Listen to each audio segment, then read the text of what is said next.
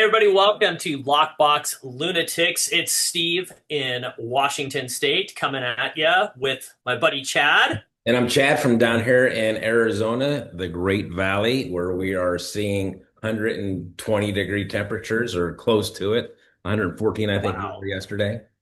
that's crazy. The only thing we have in common with you guys right now is we do have sun. We're on the eastern side of the state. So I want to talk about that really quick. People Right. always think of Washington as rainy, wet, gray, depressing, sad Seattle. It's I not know, that. I do. I do. See, right? I Right? pity, Being I pity you being in yeah, Washington. they look at they're like, oh, you're from Seattle. I'm so sorry because it's disgusting. I don't want to pee off our West Side listeners if there are any, but Right. the weather in We love the Seattle, West Side. yeah, we love the West Side. The weather in Seattle sucks. And so, anyway, so that's why I moved to the East Side of the state. It reminds me, I'm a Southern California kid. I grew up in SoCal. Eastern side of the state reminds me so much more of that. We get tons of sun. We get very little rain. It's kind of like high desert. It's sunny and I like it. I like it. So there we go. That's enough said about that. But it goes without saying that you are in the Valley of the Sun. You are in what was noted as America's sunniest city in the entire country. Yes, we are. And that gets frustrating just as much as all the cloud and the rain. Really? Oh yeah, yeah, there'll be times it's like, I just want a little bit of cloud cover. Just love to have a little bit of drizzle, a little bit of rain, mix things up a little bit. Because the funny thing is, you live in the desert, so you know what that smell is like after the rain in the desert. Oh, yeah, it's awesome. Yeah, yeah. And so for us just to sit in this oven of dirt and desert, that mixture of rain always helps spice things up for us. It Those does. those It three does. days a year that we get rain. There you go. There we go. And well, we mixed it up last week. We did the podcast from Las Vegas, Nevada. So you went from Yeah. one oven to another, although be it maybe a little bit smaller oven. Right. And unfortunately, we can't, we can't shake hands. That's kind of frustrating. Yeah. Oh, yeah. Yeah, it's not Yeah. working. I can try. No, no, It wasn't, yeah, not as authentic as before. not as authentic. Well, hey, so today we have a little bit different. We were kind of talking about we do a lot of things kind of on like the industry inside industry track for agents and brokers and things like that. We wanted to kind of hit on some consumer stuff today. And you know what we've been seeing with the marketplace kind of changing and new inventory coming on board, and you're probably seeing it too. A lot of first-time home buyers, a lot of Oh, first-time home definitely. sellers, right? And so Definitely. we kind of want to bust some of the myths that are out there with both buying and selling, right? And what are those myths that are out there? And so we thought we'd kind of tackle that a little bit today for our consumer friends that are out there, and then maybe hit some of the agent perspective as well. Right. Yeah. So I think one of the biggest myths for buyers, like we were talking earlier, is that you need 20%, a 20% down payment. Yeah, Right. And that could be further from the truth. The where that 20% came up was if you want to avoid PMI, or that mortgage insurance, right? To where you get the 20% down, where your loan to the value of the home is an 80-20 split. So that's where folks want to try and strive to come in with 20% down, to save a right. little bit on that monthly premium, insurance premium, but that's not necessary. So you've got FHA at 3.5% down. You got conventional as low as 3%. VA is 0% down. Obviously, you can Yep, come in with some money down to buy that interest rate down, but that 20% myth is pretty prevalent out there.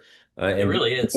yeah, Well, you bring up a great point, which is the private mortgage insurance. I see a lot of people get that deer in the headlights look. They're like, "What do you mean?" And I'm like, "Well, if you have less than that, there's a mortgage insurance until your house gains enough equity to where you can actually have it. You can write in a letter and request for it to be taken off once that value gets there, or you simply pay it down to a certain amount of time."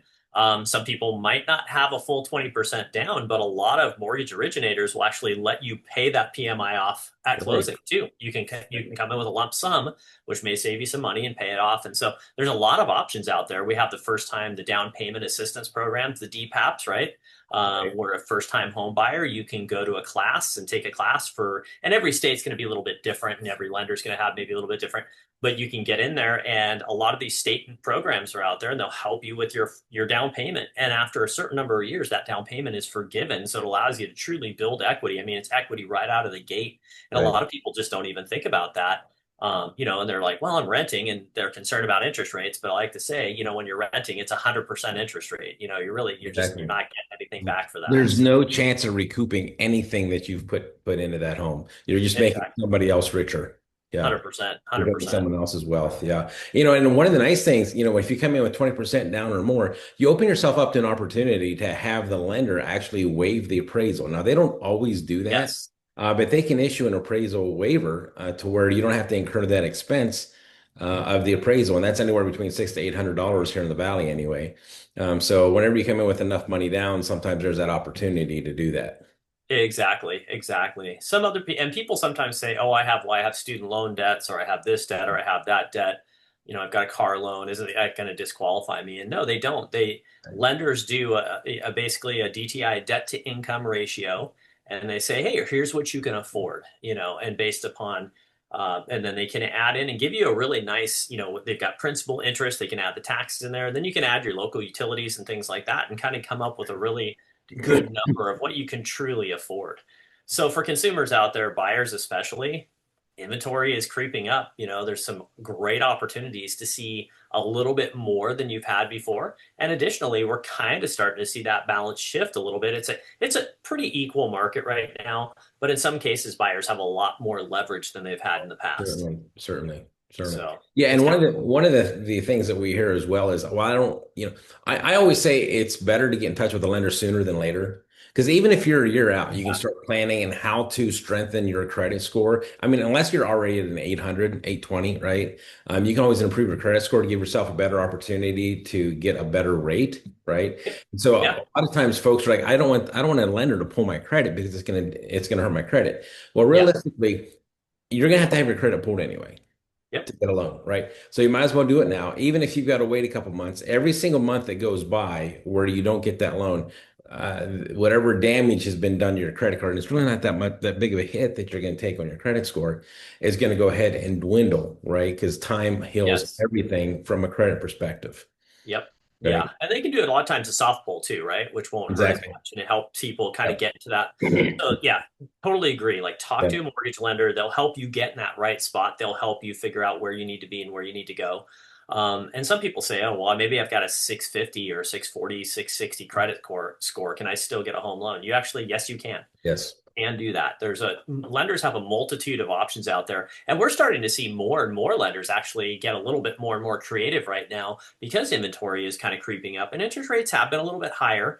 Now, Right. historically, they're still at a really good level. We went through that little funky time frame where everybody was like, "Oh, 3%, 4%, that's the new Right. norm," and that was just Yeah. a really just a snippet in time where there was a unique opportunity, and I don't see that happening again in necessarily my Right. lifetime anyways, My but first mortgage in the mid 90s was 8% flat, and I was ecstatic to have 8% back then. right. Yeah, yeah. I thought we would crushed Yeah, it. I thought I was killing it because I was at 8%. So everything is the market goes up, the market goes down. It's all cyclical. Yep. So everything ebbs and flows and comes and goes. So it's just a matter of time. Now, for those buyers out there as well that think that they can't buy a home because they don't have enough money for a down payment at all, there's a thing that we refer to as a DPA, down payment assistance programs. And Mm. so they can, there's grant money available to a lot of Yes. individuals to where if you don't have the money, it'll be granted to you. Sometimes it's for free. Sometimes they have, you have to hold on to home for 3 to 5 years. So there's some different variations on how some of those programs work. But there again, it's important to get teamed up with a lender that has access to that and or an agent that's aware of those different types of programs to be able to, for buyers to be able to get into a home. You know, 100%. Yep. yeah. If you look, because people are like, well, we're waiting for the crash. Let's get real. If you look back at during the Great Depression from a historical perspective, what did real estate do during the Great Depression? It stayed pretty flat. I mean, there was Yeah. just a small increase Yes. during the Great Depression. If you owned real estate, you were pretty secure. The difference, the offset, let's be honest, is if you lost your income, then you're kind of in Yeah. trouble. Yeah. But realistically, the investment in that real property was a sound investment because it was doing so much better during the Great Depression than the stock market was. So if you just look back, from every generation, real estate has been the main mechanism for individuals to increase their family's wealth. Well, right, how many times do we see somebody when we go to list a house, right? For instance, how many times have you walked into a house where they've been in that house anywhere from 10 years or on, right. right? And then they sit there and you tell them what the current value of their home is, and they're like, wow. Yes. Maybe they pay 200,000 for it or even 150, and you're saying, well, yeah, we can sell it for 575 or 600 now. In that time frame, they've tripled, sometimes quadrupled the price of the home that they originally paid for that home. And they had no idea. And so, like Right. you said, it's a very stable investment. It does have it ebbs and flows, just like any Oh, market, it just like does. anything. Just Right. you're going to have your ups and downs.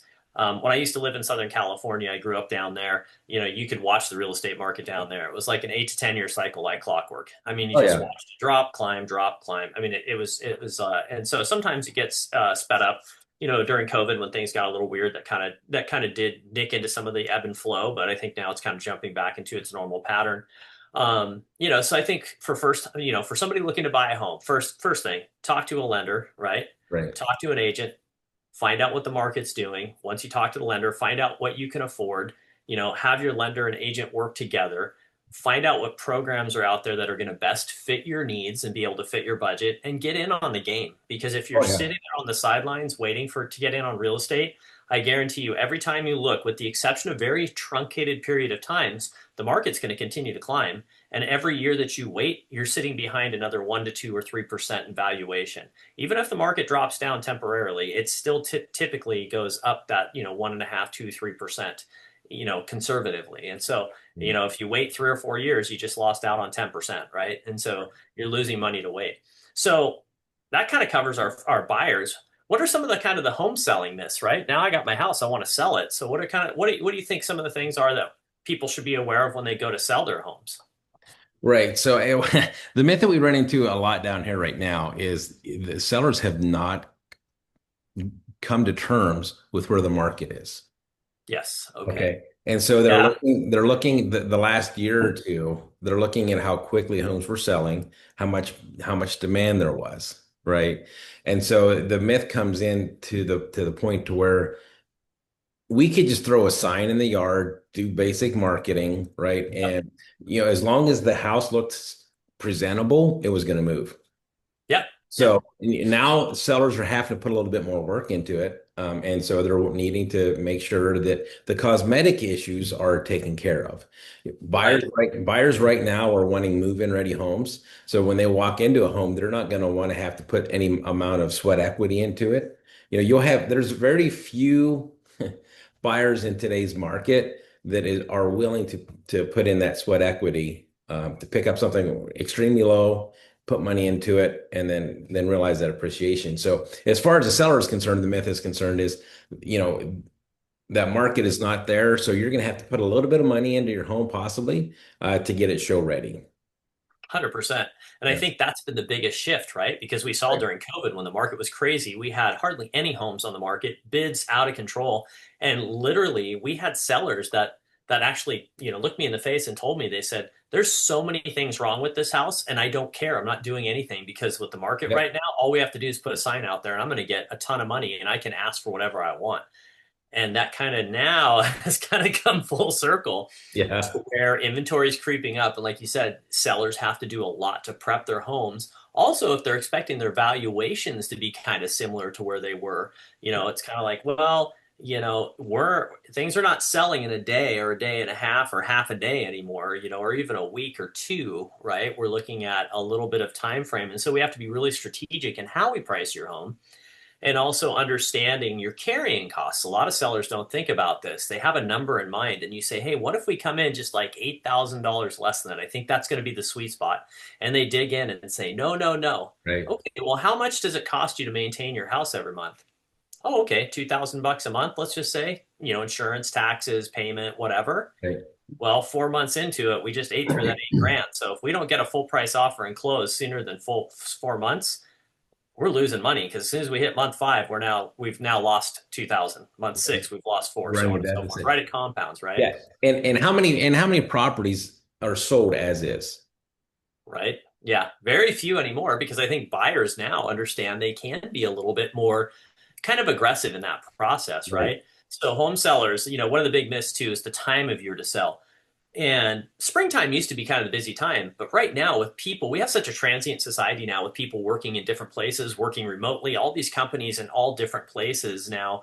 You used to have like the coastlines in certain cities is where they were really manufacturing or office hubs, right? But now you're seeing that spread all across the United States. And so there's really not a great time to buy or to list your home, I guess is what I'm trying to say, because people are constantly moving and they're constantly in motion. They used to wait a lot for the school years to stop or start. We're seeing that being a little bit less with families just going ahead and transferring or doing online school even. And so there's a lot more flexibility. And so traditional timeframes don't really exist for selling your home anymore.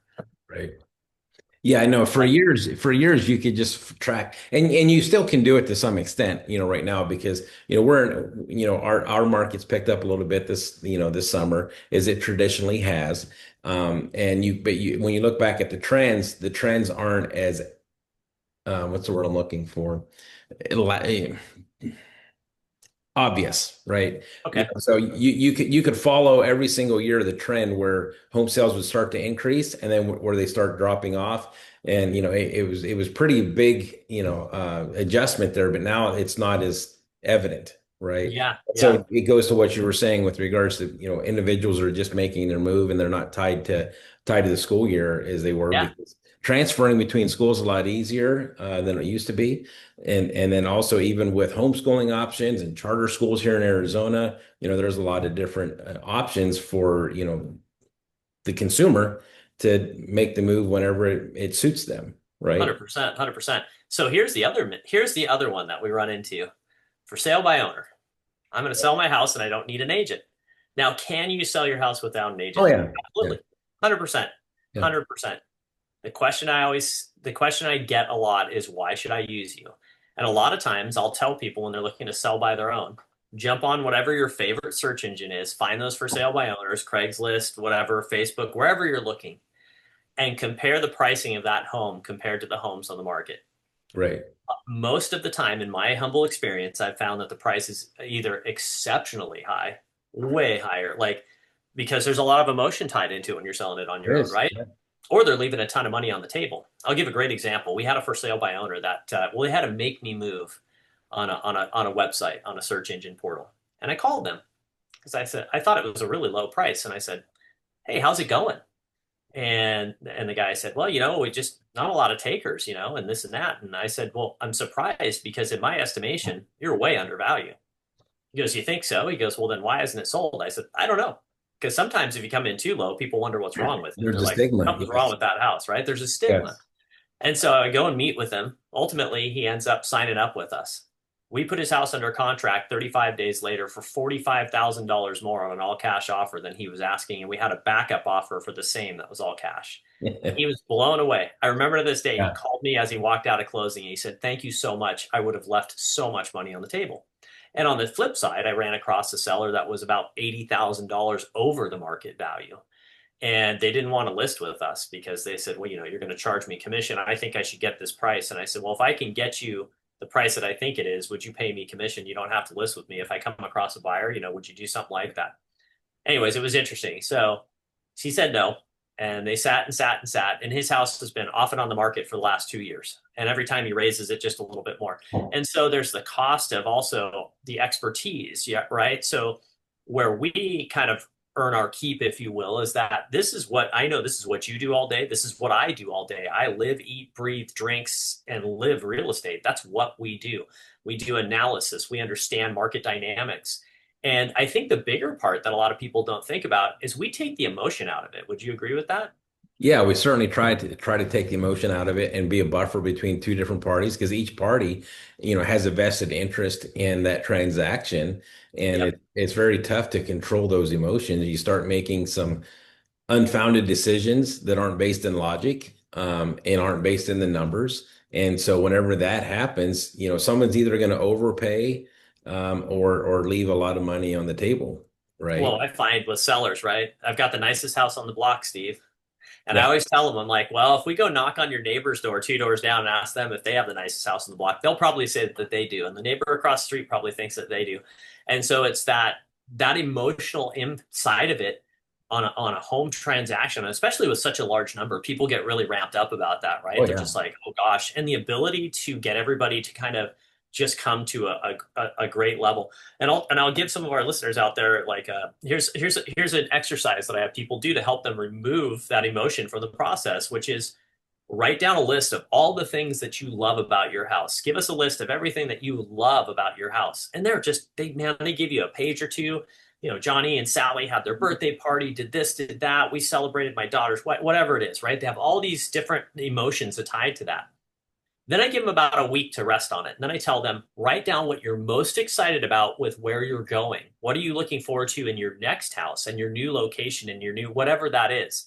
Then they get all excited and they write that down. And what that does is I think that helps people emotionally kind of transfer those emotions to the future look ahead and not get stuck in what they're in right now, right? So that we can make solid business decisions. So I think there's some great things there. So the other side of this now, we're going to dive into the agent side of it is, so Chad, how do you prepare your agents to be able to effectively represent their buyers, whether they're first-time buyers or savvy buyers, and their home sellers, first time, or if I've sold 8 houses. So what do we do to prepare as Right. agents? So whether you're a buyer or whether you're a seller, it's paramount that your agent has market knowledge. They need to understand what the trends are going on in the area. They need to understand home values. They need to understand anything that's going to impact, any exterior things that are going to impact, that home search, right? So one of the things that I teach my agents is be constantly aware of the number of homes on the market, number of Yeah, days on the market, what the month supply is. And then once we get into, say, a specific subdivision, then we run those numbers specifically for the subdivision. So first off, they need to know the valley as a whole, right? So the Phoenix sure. metro area. And then once we start working with the client, then we need to get hyper focused on that subdivision and what's moving in that subdivision. Because you'll talk to sellers and they'll say, "Oh, homes don't last on the market around here. As soon as they go up, they get." Yeah, yeah, And sometimes that's true. Sometimes that right. perception's not reality. And so the best thing to do is, the numbers aren't going to lie. And so the best thing to do is go in, pull those numbers and find out exactly how many actives are on the market, how many pendings, how many under contract, how many have sold in the last 6 to 3 months, right? And I have them look at the last 6 months and I compare it to the last 3 months because that's going to give you, what trend is happening. Is it increasing? Is it decreasing? What Yeah, direction are we heading? And so we present that to our clients, either the home buyers or the sellers, because from a home seller perspective, it's like, what's it going to take to sell your home? From a home buyer's perspective, it's what can we get away with because the market is trending this way, right? right. Yeah, So, I've got an agent that got a home under contract just last week, and that was a conversation that we had, with the buyers. The buyers like, okay, what should I offer? Because they truly were relying on our market knowledge to get her the best deal for the home. yeah, And yeah, so when we went in and we looked and saw what the month supply was, what the average sales price was, as it related to the list price, that ratio, and just see what all the other homes were doing, we were able to present with her, okay, this is where we feel you should come in. yeah, What are your thoughts on that? And she came back, she's like, I don't want to lose the house. Can we go a little higher? Okay, well, you know what? At that time, we have to have a conversation. What's more important to you? Saving money or buying the house? It's their decision ultimately at the end of the day. We present the information and then they decide to take it or leave it. They have to sleep with themselves. And as long as we can point back to, hey, we had a conversation, we gave them the guidance that we thought was needed, yes, yeah, and so we ended up, here's a funny thing. You're never supposed to meet in the middle, right? But so we ended up meeting, my agent met her in the middle of where he thought we should offer and to where she thought she would offer. okay, okay. Guess where we landed? They accepted the offer right off the bat. Oh, awesome. So now she's thinking, why maybe I should have listened to you. Right.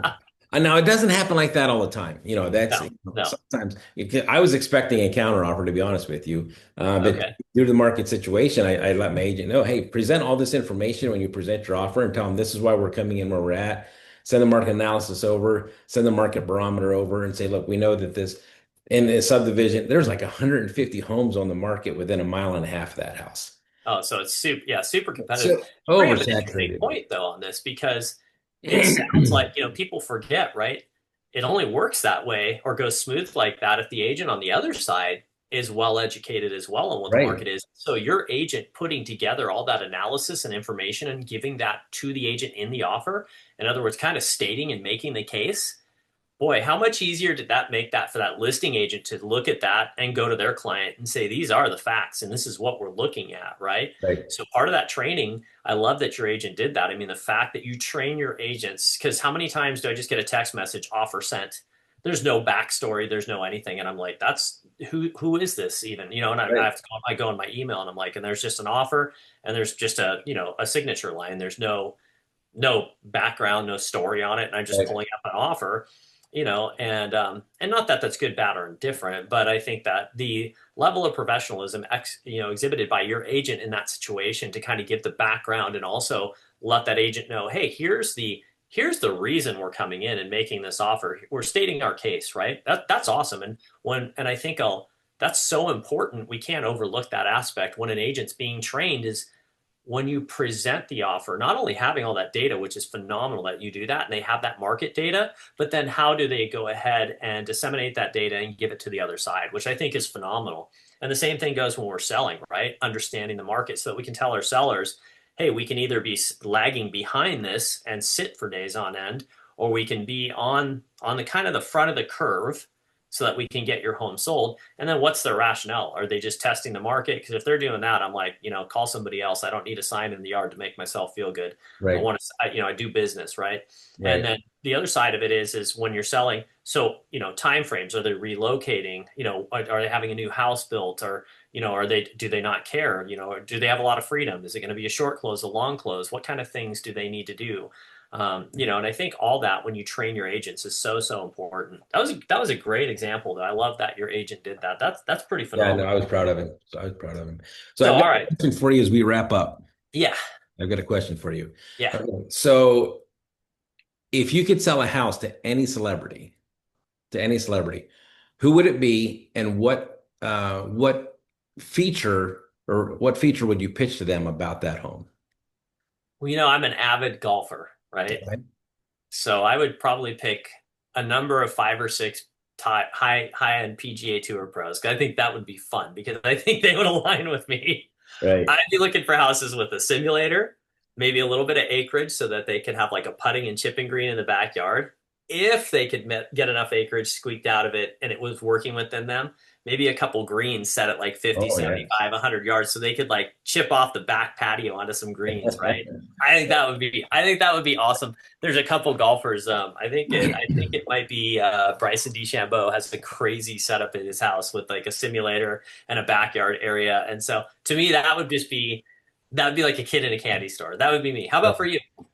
So I like rodeos, right? Nice. And so Yep. I think I would pitch to some of the top radio talent, um, whether it be a bull rider or roper, team roper, calf Yeah. roper. Yeah. And so I guess the feature I would, feature would be the roping arena, the arena. You need about 3 1/3 acres to put an arena of a true arena in.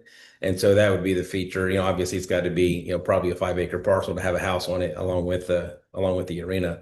But I would venture to say that would be the route I would go if I could pick anybody. Oh, that's awesome. That's Like awesome. So we maybe need to Mooney, find. maybe Mooney, he's the $5 million, $10 million bull rider, Ooh, whatever. I So like that. I that'd like be that. So we need to find a bull riding golfer or a golfing bull rider, one of the two, great. and then we could mesh that together. Or a polo player. Oh, Might hey fit, there. yeah. Kind of the same Uh, thing there, right? Maybe like a 50-50. I like that. I like that. Right on. Right on. Well, as always, Chad, it's been a blast, man. Thank you so much. I appreciate Me you. too. Me too. So yeah, appreciate you folks watching this. There again, as always, if you would like and subscribe and do us a favor, put some comments on what you would like to hear us talk about. And as also share as well. Sharing is Awesome. Sharing is caring. so hey, we'll see you folks next week. Take care.